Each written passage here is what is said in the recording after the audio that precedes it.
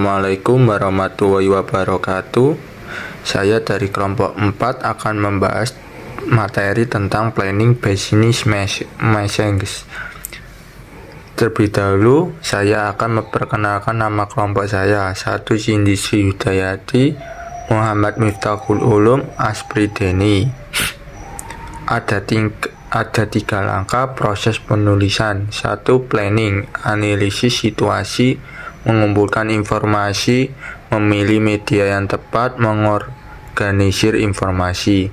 2. With, beradaptasi dengan audiens, mengkompos pesan. 3. Complete, merevisi pesan, membuat pesan, membaca ulang pesan, mendistribusikan pesan. Perencanaan dibagi menjadi 4. 1. Analisis situasi, divisi tujuan pesan dan membuat profil audiens. 2. Mengumpulkan informasi, menentukan kebutuhan audiens dan memperoleh informasi yang dibutuhkan untuk menjawab kebutuhan tersebut. 3. Memilih media yang tepat. 4. Mengorganisasi informasi, menentukan ide utama, membatasi cakupan, memilih pendekatan yang sesuai, membuat garis besar isi pesan. Baiklah, saya akan melanjutkan teman saya. Menganalisis situasi Anda atau menentukan tujuan Anda. Dalam menganalisis situasi Anda, 1. Pesan yang efektif dan efisien harus diawali dengan mendefinisikan maksud pesan tersebut dan siapa audiensnya. 2. Tujuan umum atau general purpose. Dari pesan-pesan bisnis terbagi menjadi to inform, to persuade, or to collaborate with your audience. Selain tujuan umum, setiap pesan juga memiliki tujuan khusus atau specific purpose. 3. Tujuan khusus merupakan identifikasi dari apa yang diharapkan penulis pesan untuk dicapai dengan pesan tersebut dan apa yang seharusnya dilakukan atau dipikirkan audiens setelah menerima pesan tersebut. 4. Ada 4 pertanyaan yang dapat digunakan untuk menguji tujuan dari suatu pesan, yaitu 1. Apakah akan ada perubahan sebagai hasil dari pesan tersebut? 2. Apakah tujuan Anda realistis? 3. Apakah waktunya tepat? 4. Apakah tujuan dari pesan dapat diterima oleh organisasi? Next. Mengembangkan profil audiens dan mengumpulkan informasi. Untuk menganalisis audiens, ada beberapa langkah yang perlu diperhatikan. 1. Identifikasi siapa audiens sasaran yang utama. Tentukan ukuran audiens dan sebaran geografisnya. 3. Tentukan komposisi audiens. 4. Perkirakan tingkat pemahaman audiens terhadap topik pesan. 5. Pahami ekspektasi dan preferensi audiens. 6. Perkirakan reaksi audiens. Ada beberapa teknik informal yang dapat digunakan untuk mengumpulkan informasi. 1. Pertimbangan sudut pandang pihak lain.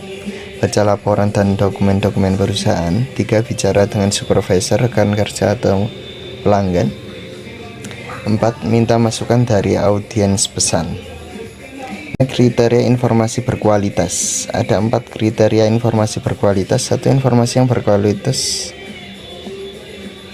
memiliki atribut-atribut sebagai berikut. 1. Akurat. 2. Etikal. 3. Pertinen atau relevan dengan kebutuhan atau minat audiens. 1. Akurat. Yang dimaksud akurat itu periksa ulang setiap informasi yang dimasukkan dalam pesan. Hati-hati terutama bila menggunakan sumber dari internet. Periksa ulang setiap perhitungan matematik dan finansial. Periksa ulang setiap tanggal dan jadwal. 2. Etikal. Etikal ini dengan memastikan akurasi informasi dalam pesan, maka berbagai masalah etikal sekaligus bisa dihindarkan. Segera koreksi dan beritahukan penerima pesan jika menemukan kesalahan informasi yang terlanjur dicantumkan. 3. Yaitu pertinen. Pertinen yaitu prioritaskan informasi-informasi yang sekiranya penting bagi audiens. Jika pengirim pesan belum cukup mengenal audiensnya, tahu informasi apa yang kira-kira paling relevan untuk mereka, maka pengirim pesan dapat menggunakan common sense.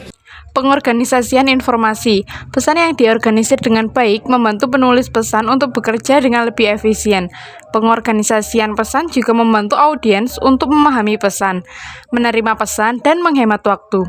Proses pengorganisasian pesan bisnis secara efektif.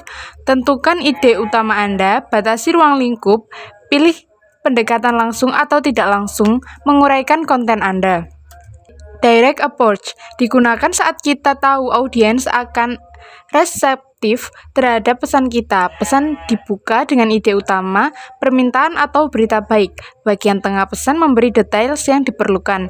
Ditutup dengan referensi terhadap berita baik yang disampaikan untuk pernyataan tentang tindakan tertentu yang diinginkan penerima pesan. Indirect approach digunakan saat audiens diperkirakan akan bersikap skeptikal atau bahkan resisten terhadap pesan. Bagian pembukaan diawali dengan pernyataan netral atau pernyataan yang menarik perhatian. Bagian tengah pesan berisi berita buruk dan alasan-alasannya atau hal-hal yang menarik minat audiens. Ditutup dengan sopan atau dengan meminta tindakan tertentu. Terima kasih. Sekian presentasi dari kelompok kami. Wassalamualaikum warahmatullahi wabarakatuh.